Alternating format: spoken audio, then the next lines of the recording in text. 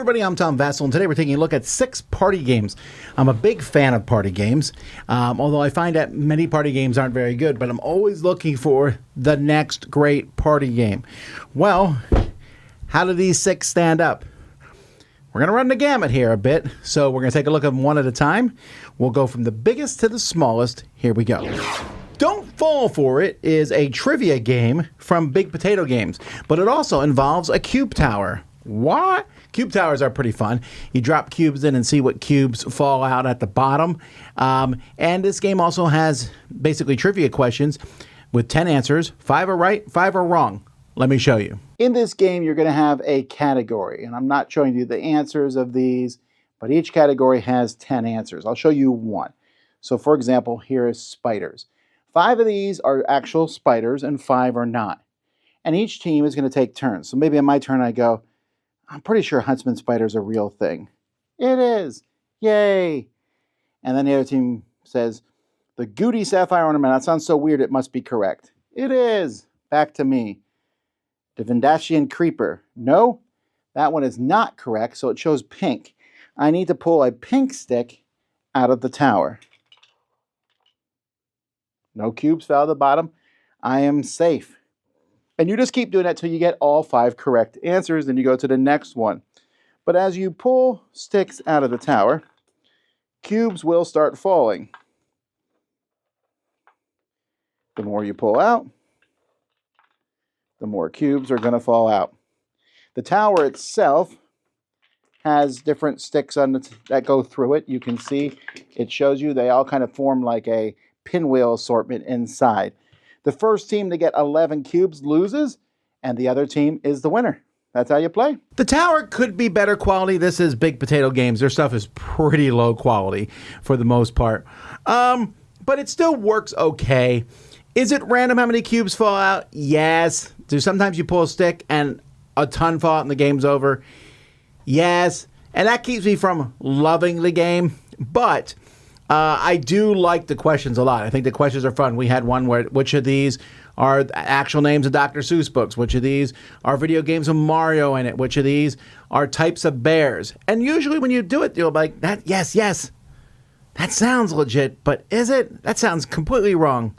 But maybe they threw that in there as a red herring, and you might know the category really well and then get them all right. But it seems to work pretty well. So it's really close for me. This one is almost there. If the cube tower worked a little better, I'm giving this a 6.5. I want to like this more. I like the question part of it a lot. The fact that there's 5 right and 5 wrong. And I love cube towers. But this one just has that idea of I pull it, nothing falls, I pull it. It's very similar to Kerplunk, where you pull one of them out and boom, hey, we got 11 cubes. Oh, okay. And that's Don't Fall For It. That's totally you. This is definitely, Big Potato likes to make games that are based off things that are popular on the internet. And this is that sort of thing where someone asks a question and both people point to the other person or point to themselves and you're just trying to agree or see if you pick the same thing. I just kind of told you this whole game, except it comes with a mechanical device that you press a button and point a finger at somebody. I'll show you. That's Totally You uses this device here in which you have 2 buttons, one to press so the finger points at me and one so the finger points at the other person. Both players have these. Both players put their fingers in. And you're going to, well, both players on the same team. At the beginning of the game, you give these cards out randomly to see who's on what team. You have teams of 2. And then you'll draw a card. And who would you more likely find riding the carousel alone at a carnival? Or who goes longer without changing their socks? Or who would you pick to defuse a ticking time bomb with 10 seconds left? Or who is more likely to accidentally back into a car and then drive away? And you both don't give any communication. And if you point at the different people, you're eliminated. If you both point at the same person, then you're still in the round. You keep going until there's only one team left. That team is the winner. This is a very, very, very okay way to pass the time. The questions are, it just feels like this. Sometimes games feel like cash grabs, like they made the money, they put a lot of thought into it. Hey, this is a great idea and did it. And that's where I feel with That's Totally You. For me, this is a 5 out of 10. It's amusing for a hot second. And then after that, Do we agree on this? We don't even need the game. It's just like, ha ha ha. Ooh, we're playing a party game and you and Sarah got teamed up and you have to know which of you is more lively at parties and you don't even know each other. You're going to have fun here. And sure, I don't know. There's just not much more there to talk about. So that's totally you. Not one that I really like. Red letter, yellow letter, which I kind of feel was made so that you could say the name of that title. Like, say the name of this game 5 times fast. Red letter, yellow letter. This is a game in which you have a category, a yellow letter, which starts the word, and a red letter, which can't be in the word. Think of a word. That's the game. But here's a little bit more. The game is very simple. You have 3 piles of cards. Things, yellow letters, red letters. You need to think of something that matches this category, starts with this letter, but doesn't have this letter. And you just start shouting out answers if you can think of one. I might be like, donut. Donut has a hole, starts with a D, doesn't have a C. I then can take any of the things. So I'll take maybe the D card and put it in front of me. Now we have the same thing here, something with a hole, and that starts with an R, doesn't have a C. Someone shouts that off. Now it's a wrapper. Now it's a flower. An award doesn't have an A, doesn't have an R. If you ever have these two are the same, which cannot be possible, you just put the red letter on the bottom and keep going. You are trying to get 3 cards of each type. If you do that, you win. This one works. It is not amazing. It is fine. It is the kind of game that you play, and it's a way to pass time. You do get in a situation sometimes where nobody can think of a word, and then you all like, okay, we'll all pass on this word, and then you get rid of the category card. And that's fine. At the end of the game, sometimes it comes down to a weird thing where like, we really want to change the category, and everyone's like, well, I already have 3 category cards. We're just changing the letters, so we're stuck on this category for a long time. It's fine. It's an interesting party game, but I think it's very, very forgettable. Other than that, it's a game that I would play and then maybe talk about sometime in the future, possibly. Red letter, yellow letter. This is a 6 out of 10. It's okay. You might enjoy it, but I don't know that I could recommend that you buy it. Feel like a fool. This is a game in which you are speaking and giving clues to people, but you're changing all the vowels of the same letter. Let me show you. Each team gets A-E-I-O-U in front of them, and you're going to shuffle 25 tokens down there. A timer is going to be set, and each team will take turns. On your turn, you'll draw a card, and you pick a word on that card. So maybe I'm picking U for cutting. I will tell everyone U, that's the vowel I have to use, and I have to get everyone at my table to guess the word cutting, but I must replace all the vowels with the letter U. So I might say, thus, us, what, the, was, sazas, and navas. Okay. At some point, hopefully someone has shouted out cutting. Yay. Then I get to go to the next card, and you keep going till your time runs out. For each card you get correctly, you then take a token. Ooh, U. We needed a U. And now, O. Hey, we needed an O. If you get A-E-I-O-U, you win. However, if you draw a blank, you put it back. Or if you draw a letter, oh, there's a star. I can take any spot. Nice. That you already have, you put that back. The first team to fill in theirs wins, if you have survived playing the game that long. I hate this game. Like, I despise this with all of my heart. First of all, vowels and things like that are kind of weird to work with. So if I'm like, every vowel must be replaced with an A. Is that a long A, a short A? The ah sound? Or is that O? What's the A supposed to sound like? Do all your A's have to sound the same? But if you did all that, you still sound idiotic, and I don't mean that in a good way. When I talk, that's what it sounds like the whole time. And so people are sitting there trying to listen to you to figure out clues. Everyone else is laughing at you, and that's fine. That's what the game's meant for. It's like, isn't this hilarious? It's hilarious, but I don't know what they're saying. And then when you finally guess the word, then you flip over something in the middle. There's some memory game there where I'm trying to get the clues. I'm trying to match them. No! This stuff is stupid. This is a game in which someone said, what if I like apples and beninis, and I changed all the things. And that's a funny sentence. and now let's make a whole game about it. No, I hate it. I hate it. I hate it. I hate it. This is a 2 out of 10. I really don't like this game at all. Thing. What a weird name for a game. Anyway, in a thing in this game, which is a party game for 2 to 8 players, the party game of categories from DVC. Let's take a look. Okay, in this game, there's a pile and piles of various cards, various items and people and stuff. Genghis Khan, Water Slide, Play, Nile River, Bones, Australia, Robot. So you have to play 2 cards in front of you or more, and you have to give some sort of category on how these things fit together. So the rules give example categories of things I have in my car, things that have touched the bottom of the sea, things that are likely present at a crime scene in a history museum. Here I would say things that have attempted to take over the world. Genghis Khan, and in movies, robots. That's my thing. Then each other player in clockwise order tries to play a card that matches this. So someone could play the Joker or Elizabeth II. And if it matches, it's out. But if any one single player, anybody challenges it, then it has to go back in their hand. They just go back in their hand.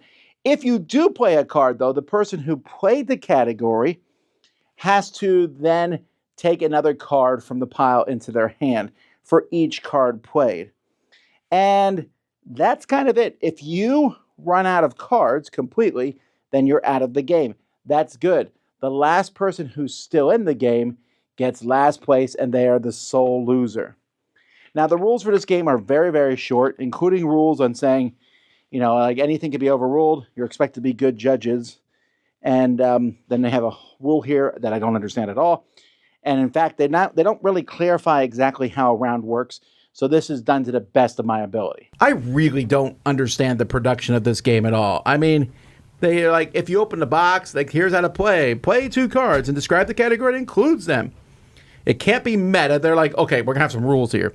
You can't be like, these are both cards in my hand, or they both have, 4 syllables. Okay, has to be a theme, right? And then everyone else plays a card, and anyone can challenge it.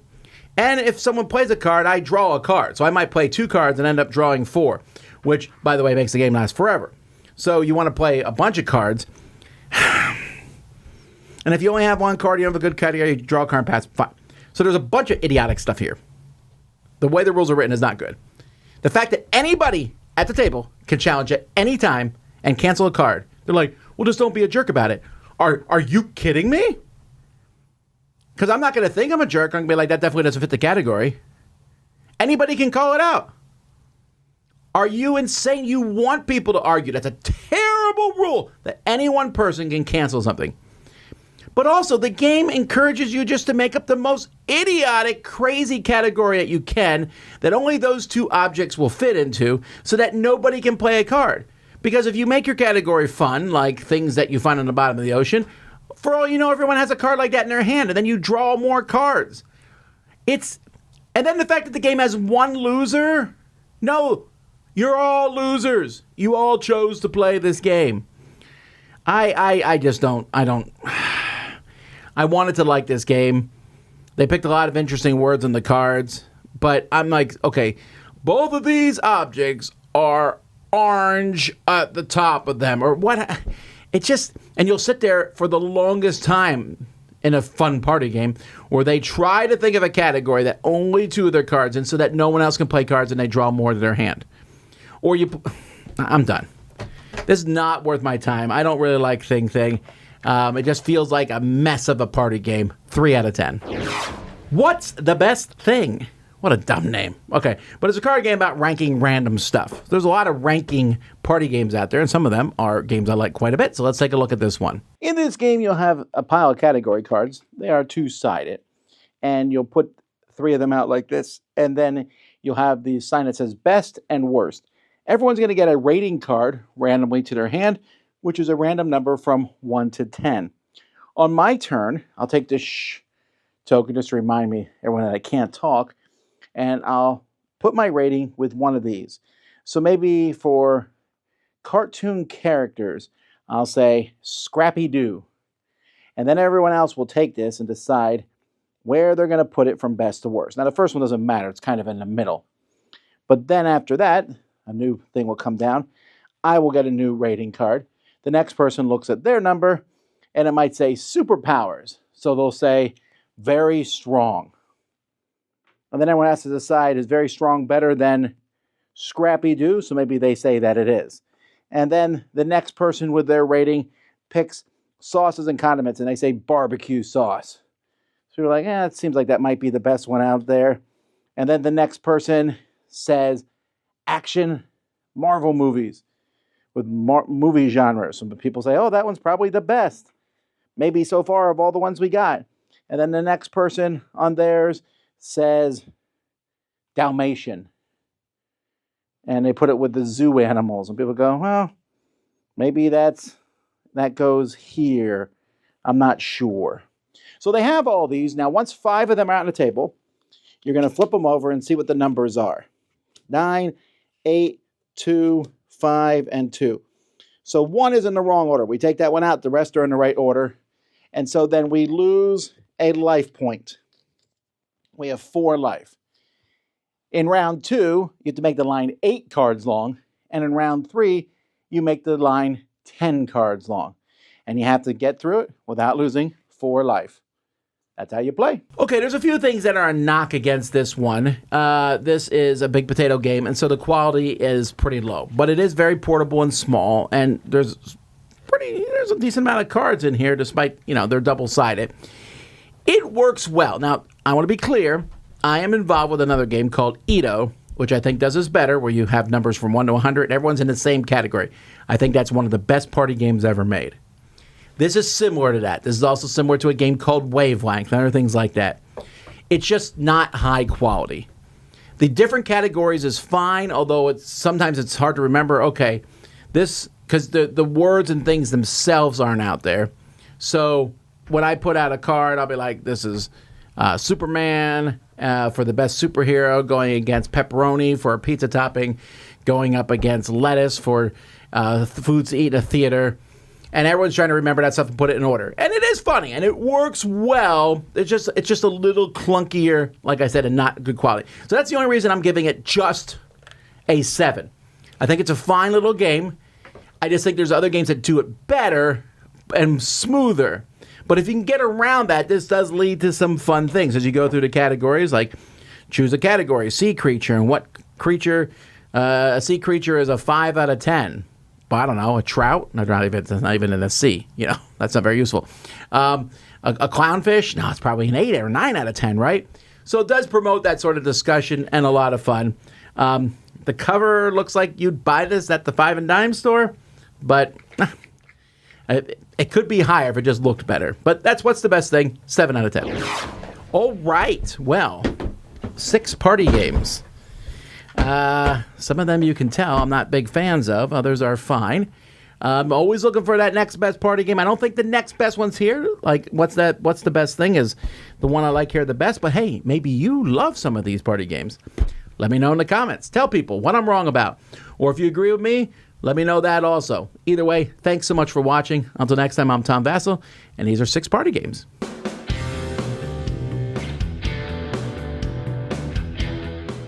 Hey everybody, thanks for watching another video from the Dice Tower. Hey, you want to learn more about us, communicate with us? We have a Facebook group, we have a Discord channel, lots of different ways to get involved with the Dice Tower. You can find that in our Linktree link below. So just click that, it will take you and you can communicate with us on Facebook, join our Facebook groups. There's lots of cool things that you can find and become part of the Dice Tower.